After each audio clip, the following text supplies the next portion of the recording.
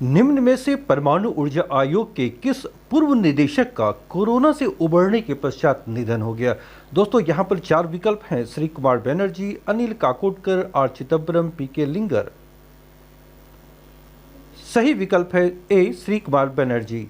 दोस्तों परमाणु ऊर्जा आयोग के पूर्व अध्यक्ष श्री कुमार बनर्जी का 23 मई 2021 को दिल का दौरा पड़ने से निधन हो गया। ध्यान रखें कि वे पिछले महीने ही कोरोना से ठीक हुए थे। उनका जो कार्यकाल था, अगर आपसे पूछा जाए कि श्री कुमार बनर्जी का कार्यकाल कब से कब तक था, तो याद रखें 2009 से 2012 तक वे परमाणु ऊर्जा आयोग के अध्यक्ष रहे थे।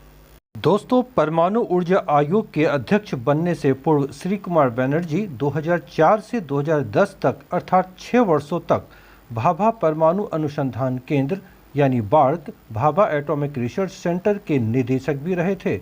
उन्होंने आईआईटी खड़गपुर से धातु विज्ञान इंजीनियरिंग में बीटेक की डिग्री ली थी। दोस्तों आइए परमाणु ऊर्जा आयोग के संबंध में थोड़ी जानकारी और लेते हैं। 15 अप्रैल 1948 को सर्वप्रथम परमाणु ऊर्जा अधिनियम संसद में पारित हुआ था और इसके पश्चात ही 10 अगस्त 1948 को परमाणु ऊर्जा आयोग का गठन हुआ। तो ध्यान रखें परमाणु ऊर्जा आयोग का गठन कब हुआ है, तो वो डेट है 10 अगस्त 1948 को। अब ये किसके अधीन कार्य करता है, इस पे भी ध्यान दें आप कि परमाणु ऊर्जा आयोग भारत सरकार के परमाणु ऊर्जा विभाग के अंतर्गत एक शासकीय निकाय है, यानी इसके अधीन वो कार्य करती है और इसका जो प्रभार है ना, वो सीधे प्रधानमंत्री के अधीन होता है, यानी जो बॉस है वो प्रधानमंत्री ही हैं इस पूरे विभाग का।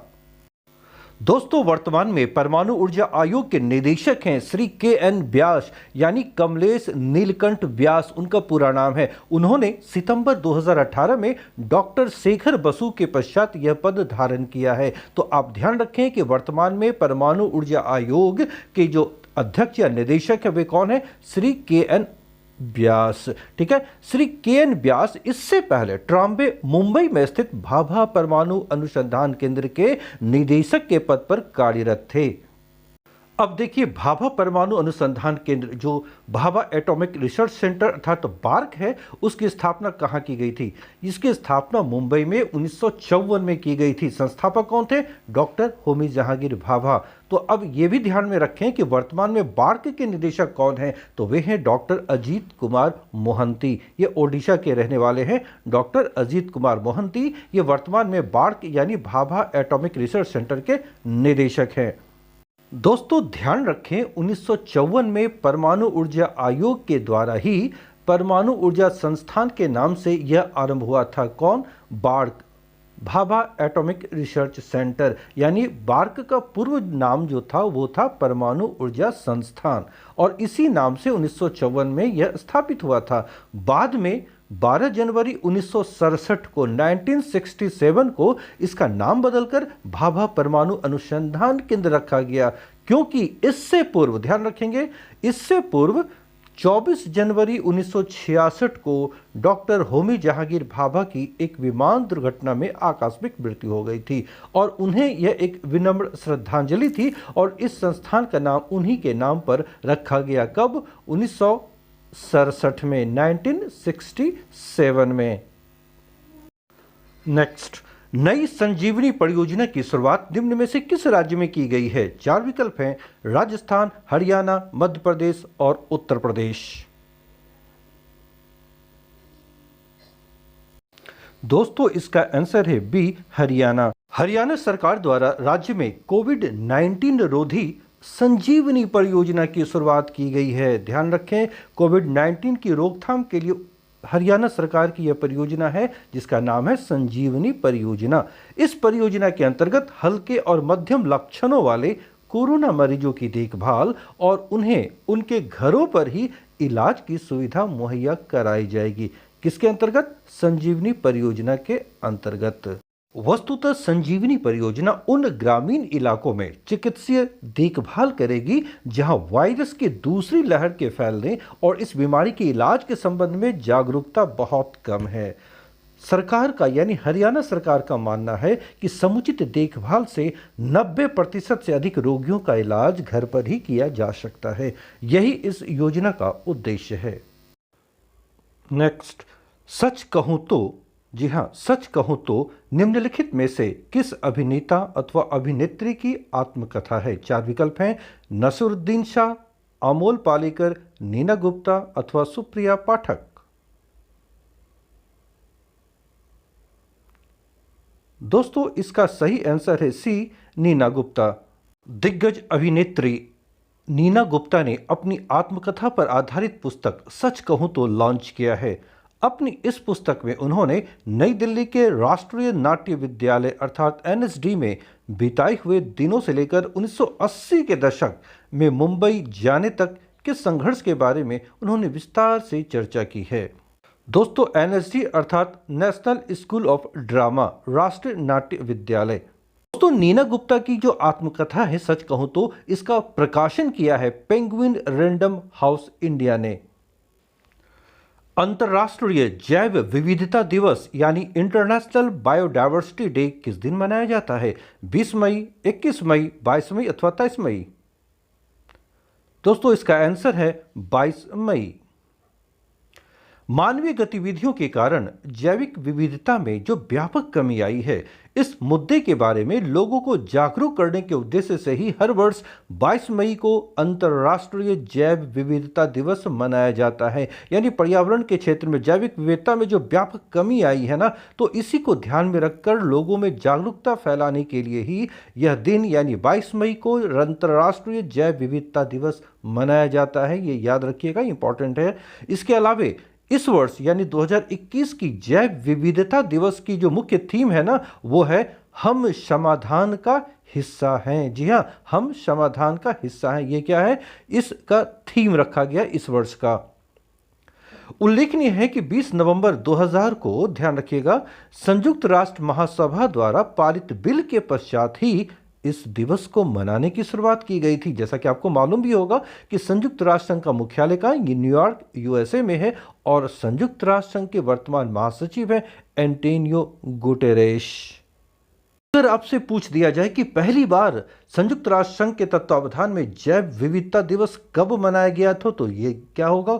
2001 में, क्योंकि 2000 में महासभा ने इसे पारित किया। तो पहली बार कब हुआ? 2001 में। किस भारतीय उद्योगपति ने एसबी एनर्जी होल्डिंग्स लिमिटेड को $3.5 बिलियन में खरीदने की घोषणा की है? 4 विकल्प हैं।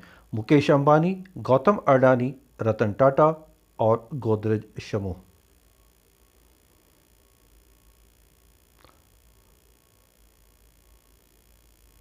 आंसर है बी, गौतम अडानी। दोस्तों, जैसा कि मैंने पिछले वीडियो में ही बताया था कि गौतम अडानी अब एशिया के दूसरे सबसे धनाढ्य व्यक्ति हो गए हैं। जी हाँ, उन्हीं की कंपनी है ग्रीन एनर्जी लिमिटेड। अब इस कंपनी ने सॉफ्ट बैंक ग्रुप कॉर्प समर्थित एसबी एनर्जी होल्डिंग्स कंपनी को $3.5 बिलियन यानी $3.5 बिलियन मूल्य पर खरीदने की घोषणा की है। जी हाँ, एसबी एनर्जी होल्डिंग्स एक संयुक्त उपक्रम है जिसमें जापान की सॉफ्ट बैंक ग्रुप कॉर्प की 80% और भारतीय ग्रुप की 20% हिस्सेदारी है। ध्यान रखिएगा, ये जो कंपनी है ना एसबी एनर्जी होल्डिंग्स, इसमें 80% हिस्सेदारी किसकी है? जापान की कंपनी है, वो है सॉफ्ट बैंक ग्रुप कॉर्प, और मात्र 20% हिस्सेदारी है भारतीय ग्रुप की। तो अब जो नई कंपनी होगी ना, उसमें 80% के मालिक गौतम अडानी होंगे और 20% की हिस्सेदारी भारतीय ग्रुप के पास ही रहेगी। नेक्स्ट, निम्नलिखित में से किस देश ने missile warning satellite SBIRS GEO-5 launch की है? यूएसए, चीन, रूस या जापान? दोस्तों, इसका सही आंसर है यूएसए। दोस्तों, फ्लोरिडा यूएसए से यूएस स्पेस फोर्स के लिए यानी अमेरिका का जो स्पेस फोर्स है उसके लिए SBIRS GEO-5 missile warning satellite launch की गई है। SBIRS अर्थात स्पेस बेस्ड इंफ्रारेड सिस्टम, यह मिसाइल चेतावनी, मिसाइल युद्ध क्षेत्र और रक्षा विवरण के हिसाब से डिज़ाइन किया गया है ताकि यूएस यानी संयुक्त राज्य अमेरिका की पूरी हिफाजत की जा सके दुश्मनों के मिसाइलों से। रूस और चीन से अंतरिक्ष में बढ़ते खतरे को देखते हुए ही अमेरिकी स्पेस फोर्स लगातार अपनी शक्ति में बढ़ोतरी करती जा रही है। SBIRS GEO-5 missile warning satellite ये काफ़ी वजन वाली है। इसका जो कुल वजन है ना वो है 4,850 किलोग्राम। जी हाँ, ये 4,850 किलोग्राम वजन का है SBIRS GEO-5 missile warning satellite. Doctor B Janardhan Reddy निम्नलिखित में से किस राज्य लोक सेवा आयोग के अध्यक्ष बनाए गए हैं? आंध्र प्रदेश, तेलंगाना, महाराष्ट्र या कर्नाटक? दोस्तों इसका सही जवाब है B, Telangana. Doctor B Janardhan Reddy को तेलंगाना राज्य लोक सेवा आयोग अर्थात TSPSC का अध्यक्ष बनाया गया है। डॉक्टर जनार्दन रेड्डी वर्तमान में तेलंगाना सरकार के प्रधान सचिव के रूप में कार्यरत हैं और वह भारतीय प्रशासनिक सेवा के अधिकारी हैं। तो ध्यान रखिएगा, Telangana state public service commission के अध्यक्ष कौन बनाए गए हैं? तो वो है डॉक्टर बी जनार्दन रेड्डी, जो एक IAS हैं। निम्न में से किस भारतीय हॉकी खिलाड़ी को अंतर्राष्ट्रीय हॉकी महासंघ एथलीट समिति का सदस्य बनाया गया है? SV सुनील, आकाशदीप सिंह, सुमित कुमार या PR श्रीजेश?